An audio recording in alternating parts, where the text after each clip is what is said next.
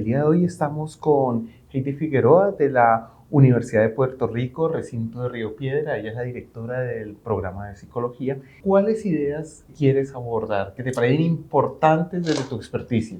Bueno, la verdad es que el campo de tecnología digital es sumamente amplio y yo trato de evitar hablar en términos generales, ¿verdad? Porque pues cada medio te presenta retos diferentes. Un dispositivo de realidad virtual pues presenta un reto diferente a lo que son, digamos, las redes sociales o la inteligencia artificial aplicada a un chatbot, ese tipo de cosas. Así que podríamos empezar quizás con lo que es más común y lo que todo el mundo conoce y ha tenido acceso, que son las redes sociales. Vale, perfecto. Y las implicaciones éticas, ¿verdad?, que tiene para el psicólogo. Y aquí yo creo que este tema se puede abordar en distintos niveles. Un nivel tiene que ver con nuestra área de estudio como psicólogos y temas, por ejemplo, como las subjetividades emergentes, ¿verdad? Como contemporáneamente con la incursión de estas tecnologías, pues la gente piensa y hace cosas que no eran posibles, ni siquiera eran pensables el siglo pasado. Y voy a dar un ejemplo que puede parecer un poco trivial, pero que te da a ti una idea del tipo de cosas. Por ejemplo, en el siglo pasado a nadie se le hubiera ocurrido tomarse una foto en el baño y hacerla pública. Eso es impensable. El espacio de lo privado y lo público era totalmente diferente. Totalmente diferente y de hecho era problemático cuando habían algunos cruces que se daban. Ahora, pues prácticamente todo tu espacio es público. Sí. Y eso tiene unas implicaciones éticas para el psicólogo. El psicólogo y la psicóloga tienen que tener en mente que lo que publican en las redes es público. Okay. ¿Okay? Y traceable. Que ahí queda. Traceable y que se puede salir, lo pueden sacar de contexto porque lo que está online viaja en distintos contextos. Y hay algunas personas que dicen, no, pero por ejemplo Facebook yo lo tengo solamente para los amigos. Y pues es que tú no tienes ningún control sobre la persona que ha hecho un screenshot, ¿verdad? Una captura de pantalla de un post que has hecho y lo ha mandado por WhatsApp, lo ha posteado en su Facebook, lo ha mandado a Instagram, lo ha mandado un correo electrónico. O sea, no hay absolutamente ningún control sobre eso. Así que las recomendaciones que están disponibles hoy en día a través de APA y a través de otras asociaciones profesionales es que se mantengan dos perfiles aparte, ¿verdad? El perfil personal y el perfil profesional. Sin embargo, a mí me gusta siempre señalar que en eso que se llama perfil personal, también tienes que tener presente que tú tienes una responsabilidad particular al ser psicólogo. Por ejemplo, pues tú no sabes si en algún momento tú vas a ser citado a corte. O vas a ser específicamente llamado como perito en corte. Vale. ¿Okay? Así que las fotografías, el tipo de statement que tú haces en Facebook, pues pueden tener un impacto con respecto a una evaluación de tu credibilidad como perito en corte. Eso es un aspecto. Otro aspecto tiene que ver con estar opinando sobre eventos que a veces surgen en la prensa. Y tú como psicólogo, pues seguramente te preguntan, bueno, ¿y usted qué piensa de este asesinato? O sea, tú no puedes estar opinando en las redes sobre un asesinato, un acto de violencia o lo que sea, porque tú no tienes esa libertad, ¿verdad? O sea, tu opinión te la están preguntando como experto y éticamente tú no puedes sin tener autorizaciones, todos los datos, ciertos contextos, estar haciendo ningún tipo de diagnóstico o de opinión siquiera sobre ese asunto. Y creo que ahí es muy importante identificar precisamente esta diferencia entre aquello que yo conozco y respaldo desde la psicología, desde el conocimiento de mi profesión, y aquello que yo opino. Pues claramente uno tiene un montón de opiniones en la vida, las tiene cotidianamente, pero las personas lo asocian mucho. Asumen que si yo estoy aquí hablando, cualquier cosa que yo digo, creen que lo estoy pasando por la profesión y obviamente como estoy aquí ante una cámara, pues yo estoy intentando hablar de mi formación de filosofía, analizarla desde estos términos, hacer un análisis. Y eso es lo que esperan y es la expectativa, es una de las responsabilidades profesionales y científicas. Exactamente, entonces tú no puedes decir, no, porque mi carácter personal yo pienso, no, porque es que no funciona de esa manera. Otro aspecto relacionado con el tema de las redes sociales es que si tú estás dando un servicio a una persona, tú no es correcto ir a husmear el perfil de la persona en las redes sociales como unos datos, una información adicional para la interacción que tú vas a tener con tu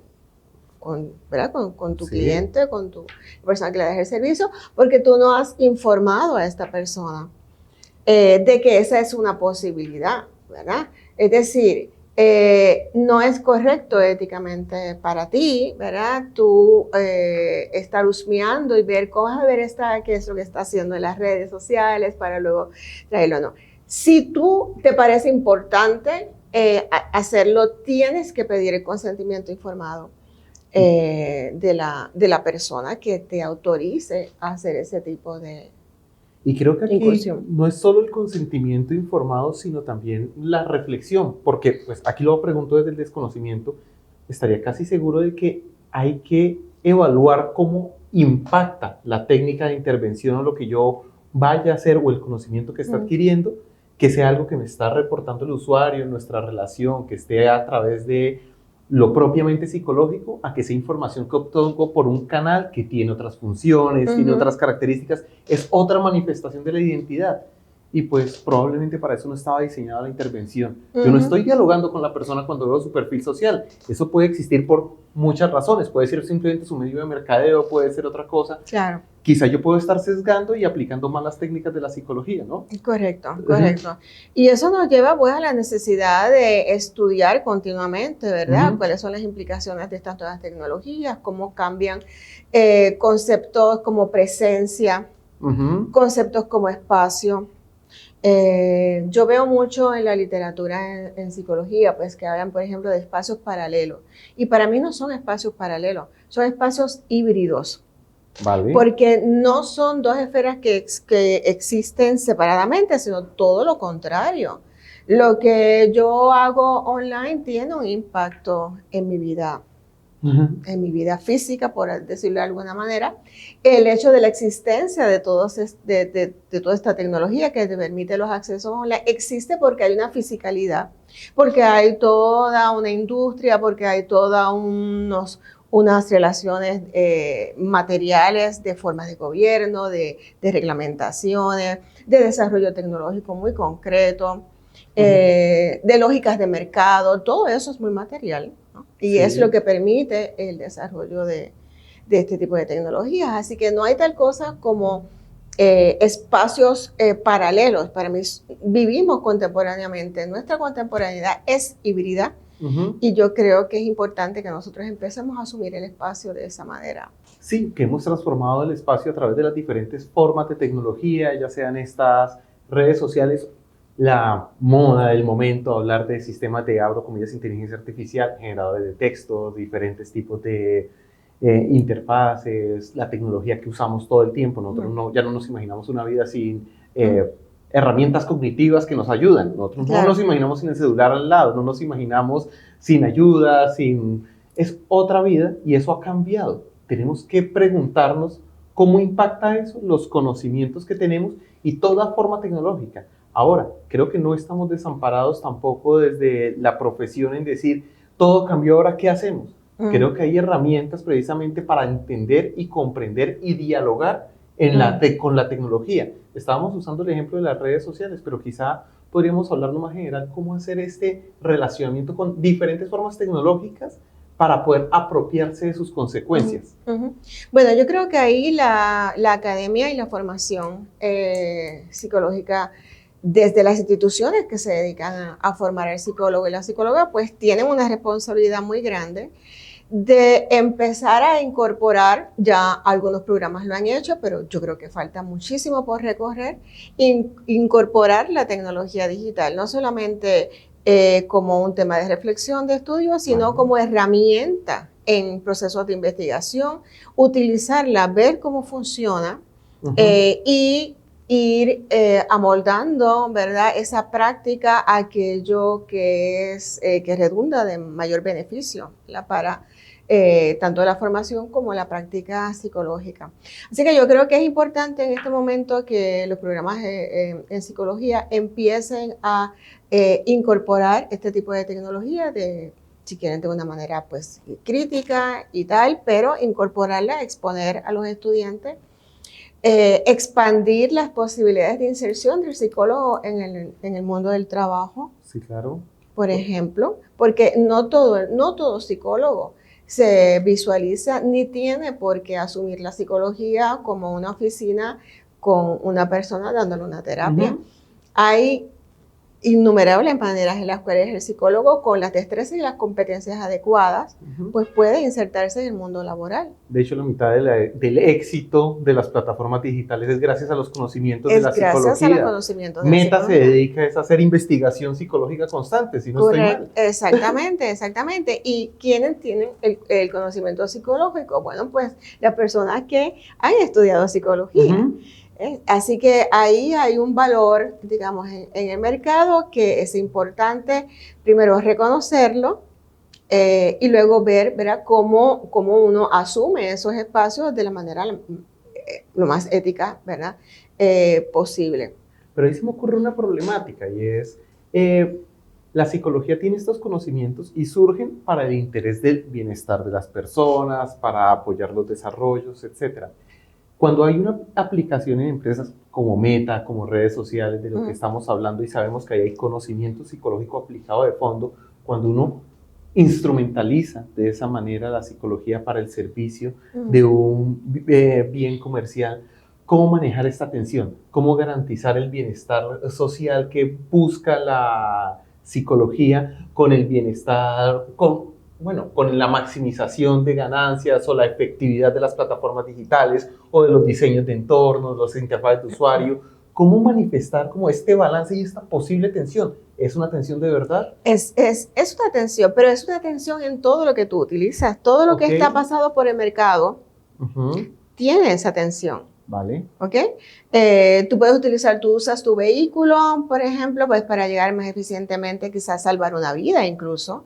Vale. ¿Ok? Pero en el proceso de utilizar ese vehículo, entonces haces contaminación ambiental, o sea, todo lo que pasa por el mercado tiene esa tensión que acabas de mencionar. Lo importante es que tú, primero, estés consciente de cuáles son los alcances, ¿verdad?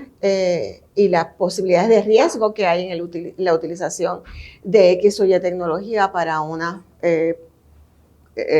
objetivos en específico.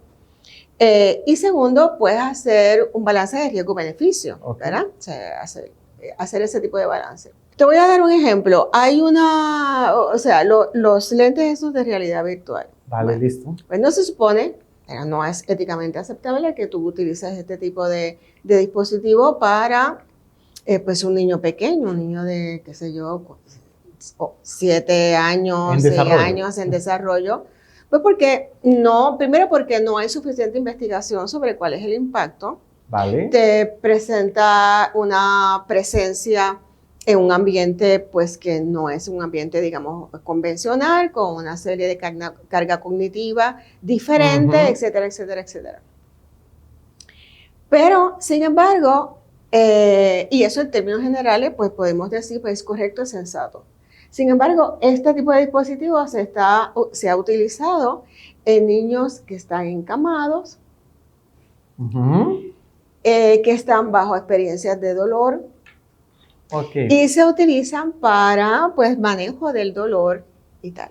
Personas que no pueden experimentar el mundo de otra manera. De otra manera, o que les ayuda en este caso, ¿verdad? A manejar, por ejemplo, los niveles de dolor y tal por vía de los procesos atencionales que se diversifican, etcétera, etcétera. Pues tú tienes un mismo dispositivo que lo puedes utilizar de una manera pues inadecuada, poco ética, ¿verdad? Pero ese mismo dispositivo en esa misma población, en otro contexto, pues puede ser una diferencia importante en términos de beneficio para la persona.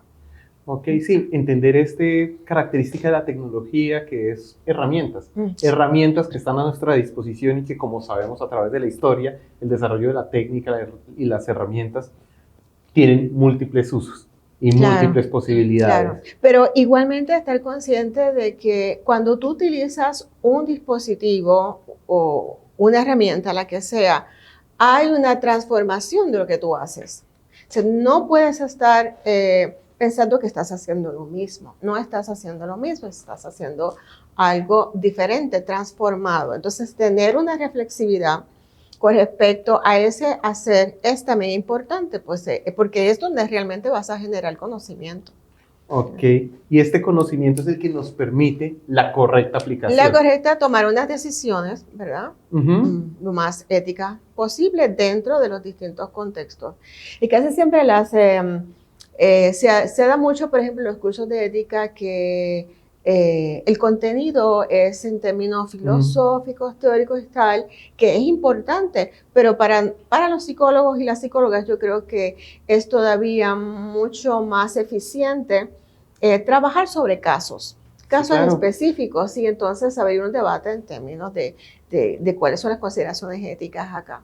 Igual, gran parte de la ética es el proceso de deliberación, de toma de decisión. Exacto. Yo soy o no ético es cuando tomo decisiones y actúo correctamente. Te posicionas y tienes que un poco anticipar, es un juego un poco, ¿verdad? Porque tienes que tratar de anticipar las posibles consecuencias. Sí, esa es la invitación. En estos temas, tecnología, en cualquier aplicación de la psicología, mantener la deliberación para poder observar, como hemos hecho el ejercicio en este espacio, cuáles consecuencias éticas puede haber de ello. Quizá algunas reflexiones, sé que podríamos hablar largo y tendido al respecto, pero quizá algunas recomendaciones finales sobre el desarrollo de la sensibilidad en estas problemáticas éticas y en el mundo de la tecnología. ¿Qué pudieras compartir con nosotros?